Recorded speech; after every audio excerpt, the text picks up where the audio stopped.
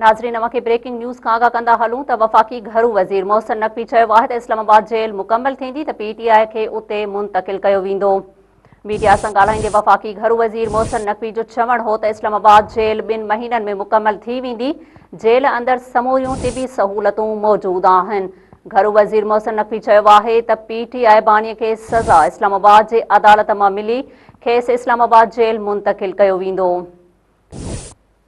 नाज़रीन अवांखे हिकु भेरो ॿीहर ब्रेकिंग न्यूज़ खां आगाह कंदा हलूं त वफ़ाक़ी घरू वज़ीर मोहसिन नक़वी चयो आहे त इस्लामाबाद जेल मुकमल थींदी त PTI खे उते मुंतक़िल कयो वेंदो। मीडिया सां ॻाल्हाईंदे वफ़ाक़ी घरू वज़ीर मोहसिन नक़वी जो चवणु हो त इस्लामाबाद जेल 2 महीननि में मुकमल थी वेंदी। जेल अंदरि समूरियूं तिबी सहूलतूं बि मौजूदु आहिनि। घरू वज़ीर मोहसिन नक़वी चयो आहे त PTI बानीअ खे सज़ा इस्लामाबाद जी अदालत मां मिले खेसि इस्लामाबाद जेल मुंतक़िल कयो वेंदो।